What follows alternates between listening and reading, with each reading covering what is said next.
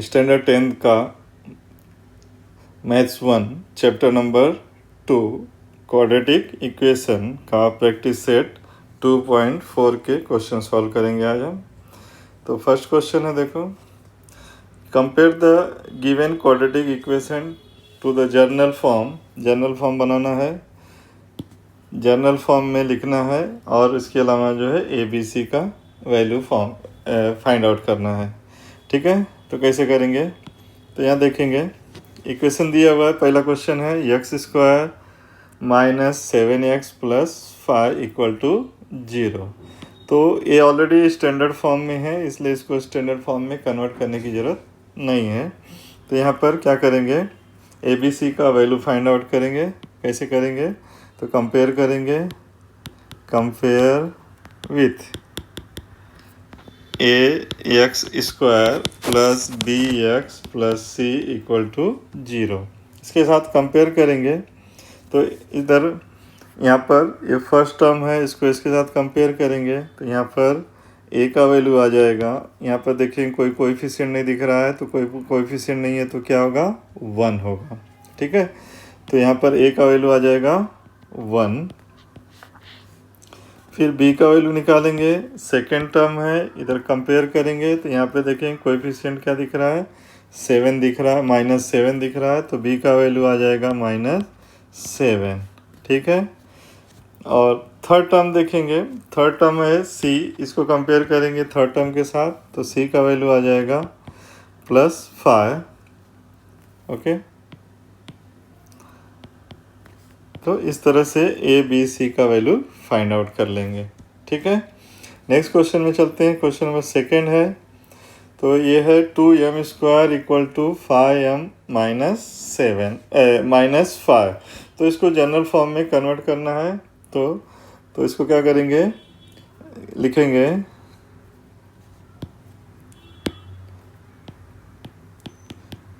Right the equation in general form और standard form. Okay, तो यहाँ पर इसको स्टैंडर्ड फॉर्म में करने के लिए क्या करेंगे, जनरल फॉर्म में करने के लिए इसको यहाँ से इस तरफ लेके आएंगे, लेफ्ट साइड में लेकर आएंगे। राइट साइड में हमेशा क्या होगा? 0 होगा। हमारा इक्वेशन हमेशा कैसा होना चाहिए?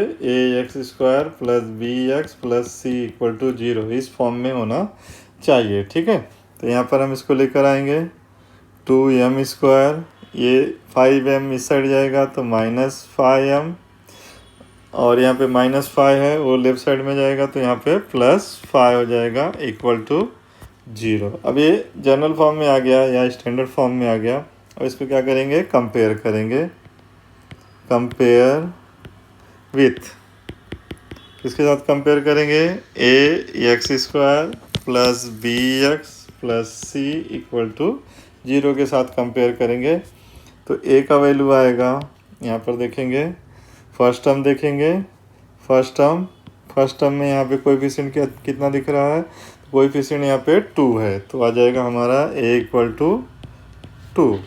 फिर b का वैल्यू फाइंड आउट करने के लिए सेकंड टर्म देखेंगे, यहाँ पर कोएफिशिएंट कितना दिख रहा है? तो कोएफिशिएंट यहाँ पे -5 दिखाई दे रहा है, तो इसको हम लिखेंगे b = -5। ओके, अब थर्ड टर्म c निकालेंगे। c निकालने के लिए क्या देखेंगे? थर्ड टर्म देखेंगे, तो थर्ड टर्म यहाँ पे क्या दिख रहा है? 5 है, तो यहाँ लिख देंगे 5।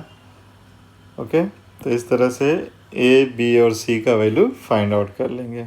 ठीक है, क्वेश्चन नंबर थर्ड है, उसमें चलते हैं। क्वेश्चन नंबर थर्ड में इसको भी क्या करेंगे, right the equation in journal form या स्टैंडर्ड फॉर्म। ठीक है, तो जर्नल फॉर्म में लिखेंगे तो ये इसको लेके जाएंगे लेफ्ट साइड में, तो ये हो जाएगा y² - 7y, और यहाँ पे थर्ड टर्म नहीं दिया हुआ है तो थर्ड टर्म को लिखेंगे यहाँ पर 0 = 0। ठीक है, ये फर्स्ट टर्म या सेकेंड टर्म, थर्ड टर्म नहीं दिया था तो उसको हम 0 लिख देंगे। ठीक है, तो ये हो गया हमारा स्टैंडर्ड फॉर्म या जनरल फॉर्म। अब इसको कंपेयर करेंगे, कंपेयर विथ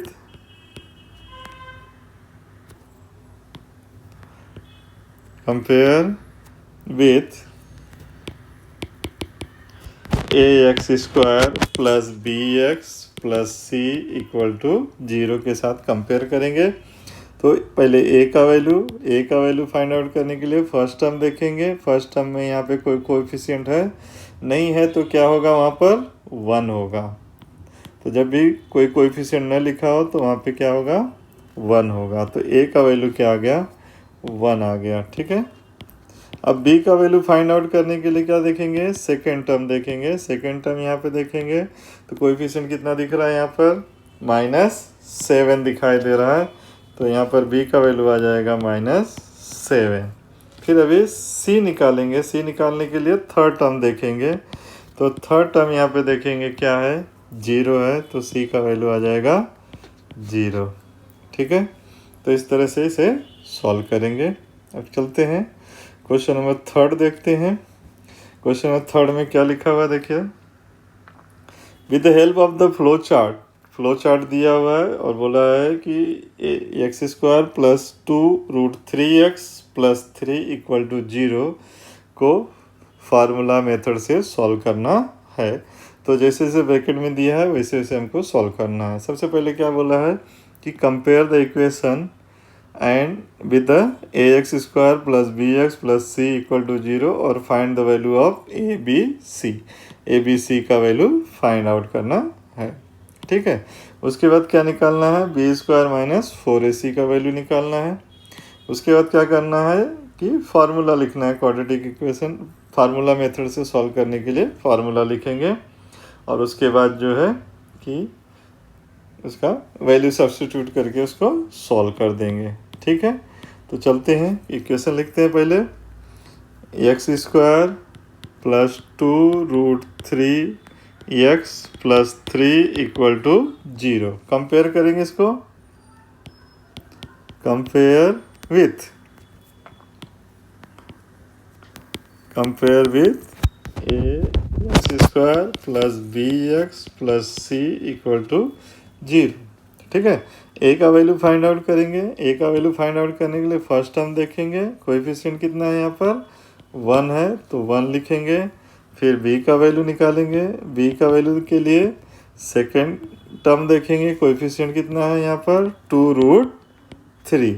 ओके, फिर थर्ड टर्म में जाएंगे, c यहाँ पर थर्ड टर्म कितना है 3, तो ये आ गया a b c का वैल्यू कितना आ गया, 3 आ गया। अब क्या बोला उसको कि b² minus 4ac find out करो। ठीक है, तो अब b² minus 4ac find out करेंगे। तो b² minus 4ac equal to b का वैल्यू है 2√3 का स्क्वायर माइनस 4 इंटू a है 1 और c है 3। ओके, तो यहाँ पे देखेंगे 2 का स्क्वायर 4 और √3 का स्क्वायर 3, तो ये 4 इंटू 3 आ गया। अब यहाँ पे ब्रैकेट सॉल्व करेंगे। ब्रैकेट में 4 1 जा 4, 4 3 जा 12 और यहाँ पर भी 12 माइनस 12 ये आ गया 0। तो यहाँ पर आ गया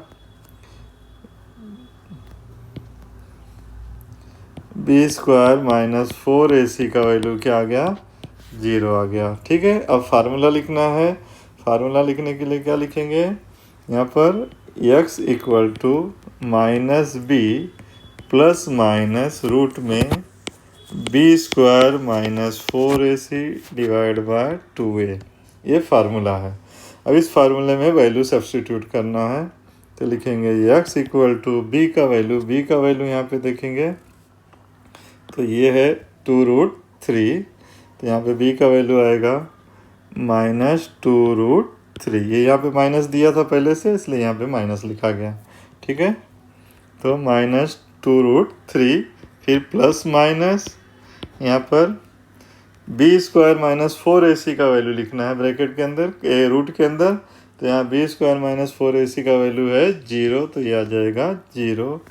फिर 2 इंटू a का वैल्यू देखेंगे तो a का वैल्यू है 1, तो यहाँ पर आएगा 1, ठीक है। x equal to -2√3 plus -0 divide by 2 1 जा 2, ओके। तो 0 मतलब क्या होता है, कुछ भी नहीं होता है, तो यहाँ पे लिख देंगे -2√3/2। तो यहाँ पे 2 से 2 कट जाएगा, हमारा आंसर आ जाएगा √3। तो हमारे यहाँ पर सॉल्यूशन आ जाएगा। Solution the root of the equation is, यहाँ पे लिखेंगे the roots of given quadratic equation is -√3 and -√3, क्योंकि यहाँ पे 0 आ गया है तो एक ही आंसर आया है, तो यही सेम आंसर रिपीट होगा वापस से। तो यही आंसर दोनों बार आएगा, x का वैल्यू -√3 और -√3 ऐसे 2 बार आएगा।